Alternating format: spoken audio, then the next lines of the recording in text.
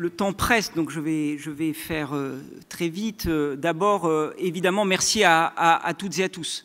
Merci aux habitants et habitantes qui se sont mobilisés tout au long des 8 ateliers dans 7 communes de notre métropole, qui se sont mobilisés encore aujourd'hui.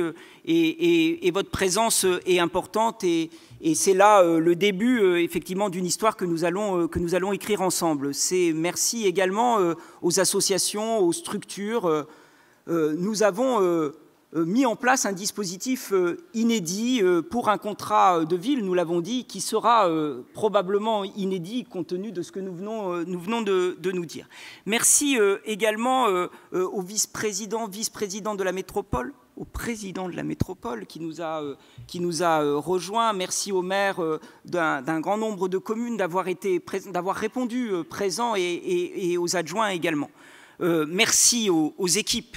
Enfin, je souhaite le dire, c'est un travail de plusieurs mois qui ne s'achève pas ce soir, hein, loin de là, mais qui connaît une première étape ce soir. Et je pense qu'il y a eu une mobilisation extrêmement forte des services de la métropole, bien sûr la direction du pilotage urbain, mais nous avons travaillé en transversalité et c'est remarquable. Et vraiment, je vous remercie chaleureusement parce que c'était un travail considérable.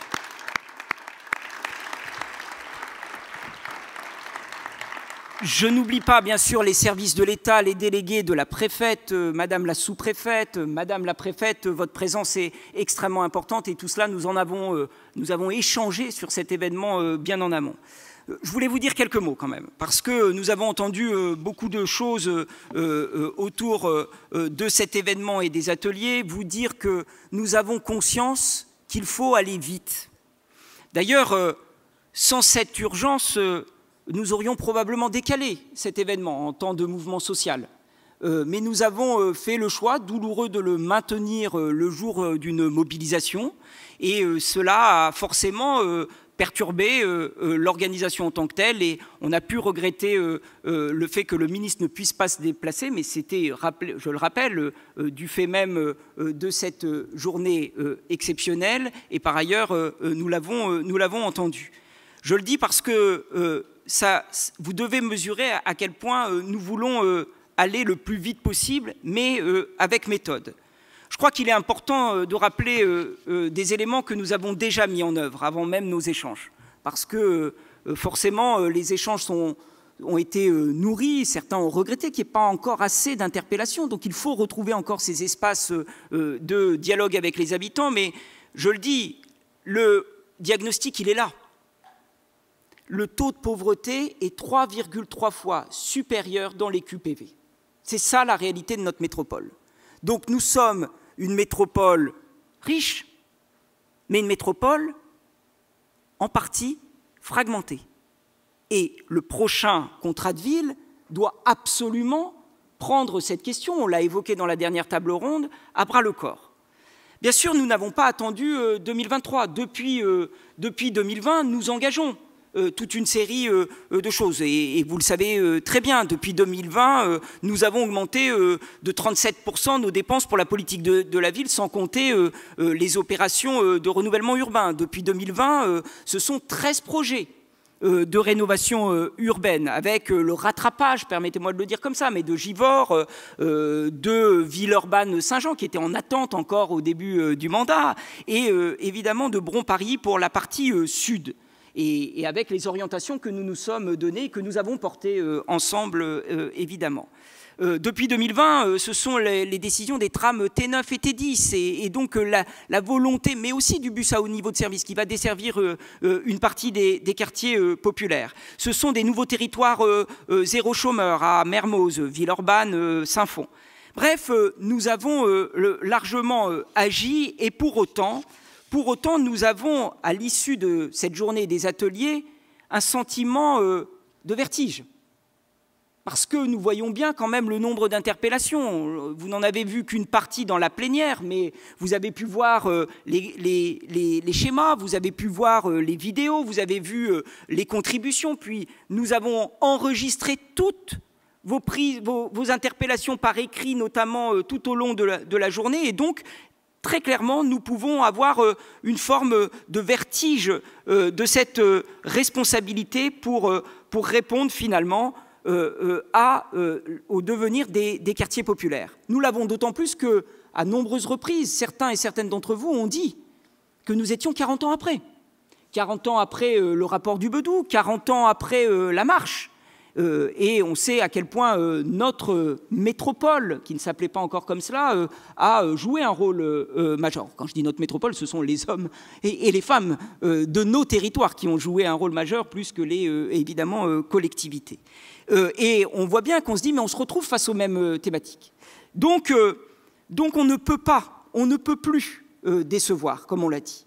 Donc il faut vite mettre en place des formes d'expérimentation. Très vite.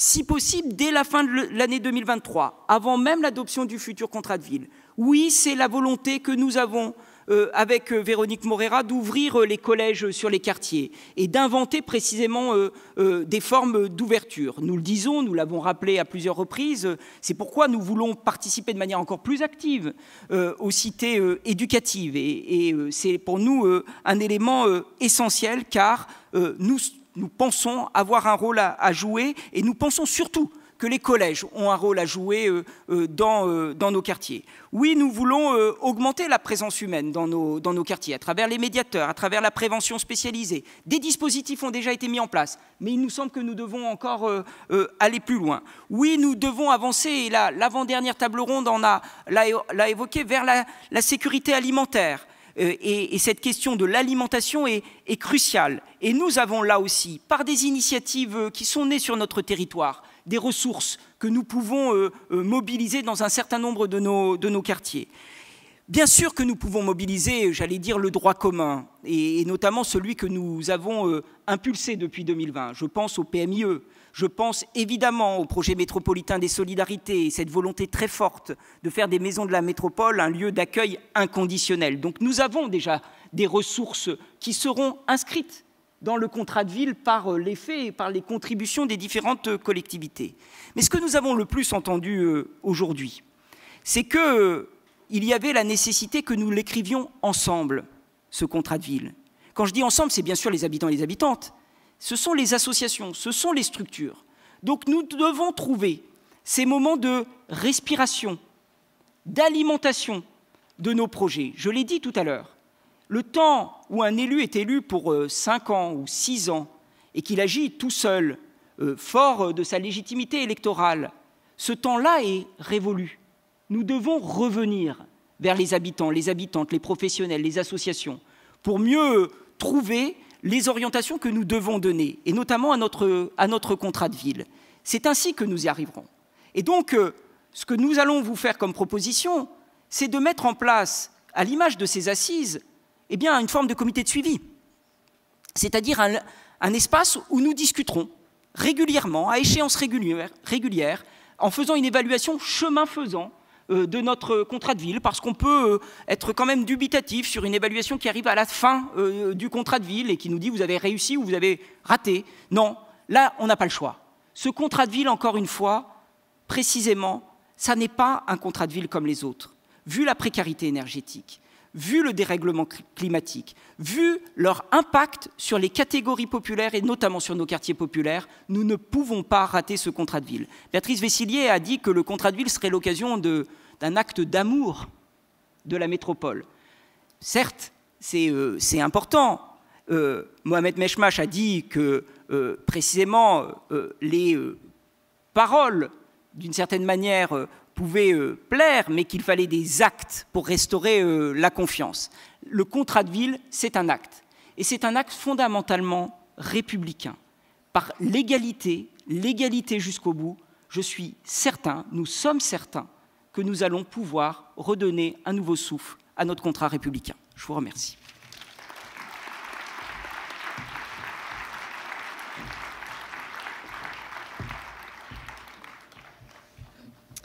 Monsieur le Président de la Métropole, je suis ravie que vous ayez pu nous rejoindre, Monsieur le Vice-président, Monsieur le maire de Villeurbanne, Mesdames et Messieurs les élus, Mesdames et Messieurs les professionnels de la politique de la ville, même si le terme peut paraître étrange, mais surtout, mesdames et messieurs.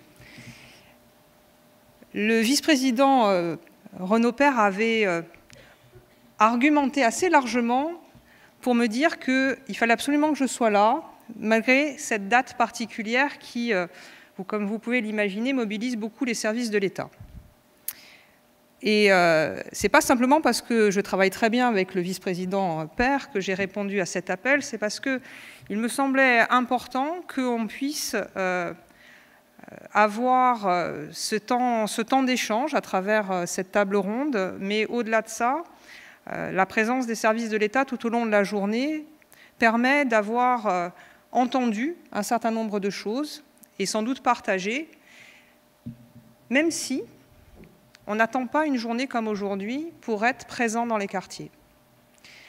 La sous-préfète de ville, qui est ici présente, Salva Philibert, qu'un grand nombre d'entre vous connaissent, mais également les délégués de la préfète qui sont tous les jours dans les quartiers, tous les jours au plus près des habitants, au plus près des associations, au plus près des élus, parce que finalement, la politique de la ville, ça ne se fait pas une fois tous les 5 ans, une fois tous les 6 ans, ça se fait tous les jours. Alors oui, on peut faire mieux, mais je voudrais quand même qu'on se rappelle qu'il y a eu de belles réussites tout au long de ces 40 ans de la politique de la ville, et que finalement, il n'y a que celui qui ne fait rien qui ne peut pas se tromper. Et que je pense que la pire erreur que nous aurions pu faire collectivement, c'est de ne rien faire. Alors, comme je l'indiquais tout à l'heure, bien sûr, il faut qu'on soit plus exigeant sur les résultats qui sont obtenus. Bien sûr, il faut qu'on soit plus efficace dans la manière d'associer un certain nombre d'acteurs, et en premier lieu les habitants. Mais je ne voudrais pas laisser penser que l'année 2024, c'est l'année zéro de la politique de la ville. C'est une nouvelle page de la politique de la ville et qui est finalement renforcée par tout ce qu'on a appris au cours des 40 dernières années et de toutes les exigences nouvelles qui sont liées à notre situation actuelle. Le président de la République a annoncé la démarche Quartier 2030. C'est finalement une autre façon de sortir du vocable simplement des quartiers politiques de la ville pour se dire que chacun des quartiers de nos villes est un quartier qui mérite de l'intérêt. Et comme le disait tout à l'heure le maire de Villeurbanne, finalement, c'est juste une question de point de départ. Pour arriver à un même résultat, d'où partons-nous et de quoi avons-nous besoin pour arriver au résultat commun que nous avons choisi? Le fait est qu'il y a un certain nombre de quartiers dans lesquels on a besoin de mettre plus de moyens pour arriver à ce résultat qu'on a décidé ensemble. C'est vrai pour l'école, c'est vrai pour l'emploi. Si je m'arrête simplement sur ce point-là, nous avons la chance d'être sur un territoire, que ce soit sur la métropole ou sur le Rhône pris au sens État du terme, où le taux de chômage finalement est très bas. J'étais précédemment sur des territoires où l'ensemble de mon territoire était à 10% de chômage de façon chronique, malgré le fait qu'il y avait énormément d'entreprises. On n'est pas dans cette situation-là. Oui, mais quand on fait un focus sur la situation des quartiers qui sont les plus en fragilité, on s'aperçoit que finalement, on n'a pas du tout le même niveau d'accès à l'emploi que dans les autres quartiers. Ça veut dire qu'il faut mobiliser des moyens, mobiliser une autre forme d'action. C'est ça, finalement, le défi qui nous est lancé par cette notion de réécrire les nouveaux contrats de ville. C'est de réinventer ou d'améliorer ou de pérenniser aussi les actions que l'on est capable de porter ensemble pour que les résultats obtenus sur ces quartiers-là soient au même niveau que ceux des autres quartiers. Énoncer comme ça, c'est facile. Mais dans l'action, ce n'est pas si facile, sinon ça ne fait pas 40 ans qu'on travaillerait dessus. On serait déjà au résultat et finalement, on se réunirait juste pour prendre un café ensemble, ce qui serait aussi très sympathique. Mais au final, ce défi-là, il est extraordinairement difficile. Parce qu'en réalité, une solution qui marche dans un quartier de Villeurbanne, est-ce qu'il marche dans un quartier de Vaux-en-Velin, malgré la proximité géographique? Ben, pas forcément. Parce que la matière première, si vous me permettez cette expression, on peut adapter, c'est l'humain. C'est ce qu'on a fait de ce quartier-là, c'est la géographie. Quand vous avez un quartier qui a une géographie très accidentée, vous n'allez pas traiter de la même manière que sur un quartier qui est très à plat. Et les choix urbains qu'on a faits il y a quelques années, évidemment qu'on doit travailler sur cette base-là. Si vous avez un quartier avec des dalles, vous n'allez pas le traiter de la même manière que sur un quartier qui n'a pas fait ce choix-là. Donc c'est autant de complexités qui viennent s'ajouter, et c'est là où on a besoin de travailler ensemble. Et c'est pour ça que je vous disais précédemment, la géographie prioritaire, c'est un outil qui est mis en place par l'État, mais ce n'est qu'un outil. L'idée n'est pas de s'écharper autour d'un contour qui intégrerait tel pâté de maison ou pas. L'intérêt de mettre en place une cartographie, c'est de se dire, on est d'accord pour dire que sur ce périmètre-là, il y a un intérêt particulier à regrouper nos forces, accélérer, faire plus. Et l'objectif qu'on doit avoir ensemble, ce n'est pas de pérenniser une géographie prioritaire. C'est qu'on n'ait plus besoin d'une géographie prioritaire et de basculer dans le droit commun. Mais pour ça, on a encore un peu de chemin à parcourir. Et c'est pour ça qu'on a besoin de travailler avec les collectivités, besoin de travailler avec les associations, besoin de travailler avec chacun d'entre vous. Monsieur Meshmach vous a annoncé tout à l'heure qu'il reviendra sur le territoire lyonnais, sauf erreur de ma part, ça devrait être vers la fin mai. De la même manière, les membres du gouvernement vont travailler particulièrement autour de cette thématique de la politique de la ville, autour, là aussi, plutôt de la fin mai, à travers un comité interministériel des villes dont on n'a pas encore la date précise, mais qui devrait être dans cette période-là. On a absolument besoin que chacun des acteurs se mobilise autour de cette thématique-là, pas pour stigmatiser, mais pour réinterroger l'efficacité et la pertinence des moyens qui sont mobilisés en faveur des quartiers qui en ont le plus besoin pour les amener à avoir les mêmes résultats que les quartiers qui ne sont pas identifiés comme quartiers prioritaires. C'est ça véritablement. Et je pense qu'on a redoutablement besoin de rappeler, de marteler cet objectif-là. L'objectif, ce n'est pas d'être dans la cartographie prioritaire, c'est d'obtenir des résultats, c'est de faire en sorte que cette égalité à laquelle on aspire tous puisse se matérialiser sur tous les éléments du quotidien. On n'est pas du tout dans une démarche qui consiste à, finalement, donner des rentes aux uns ou aux autres. On est dans une recherche d'efficacité. Et l'efficacité, elle ne se décrète pas, elle ne s'arrête pas une bonne fois pour toutes, elle s'adapte à la situation. Et tout à l'heure, on parlait de précarité énergétique. On voit que cette dimension-là, qui était finalement assez peu présente dans les discussions, aujourd'hui, elle est au premier rang des discussions. Parce qu'on se rend compte que, évidemment, les choix qui ont été faits il y a quelques années ont des répercussions redoutables aujourd'hui, parce que la situation, l'environnement a changé, notre sensibilité a changé et notre exigence a changé. Et c'est ça aussi qui fait qu'on a toujours une sensation de pas assez avec la politique de la ville.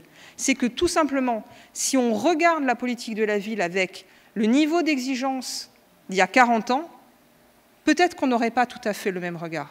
Mais à juste titre, on regarde l'efficacité de la politique de la ville avec nos exigences actuelles, parce que les personnes qui vivent dans les quartiers politiques de la ville sont des citoyens comme les autres, sont des habitants comme les autres, et ils ont droit au même niveau d'engagement des acteurs publics dans les politiques publiques, et c'est ce que veut faire, et c'est ce que fait l'État, et c'est ce qu'il continuera à faire à travers notamment la nouvelle génération des contrats de ville. Je vous remercie.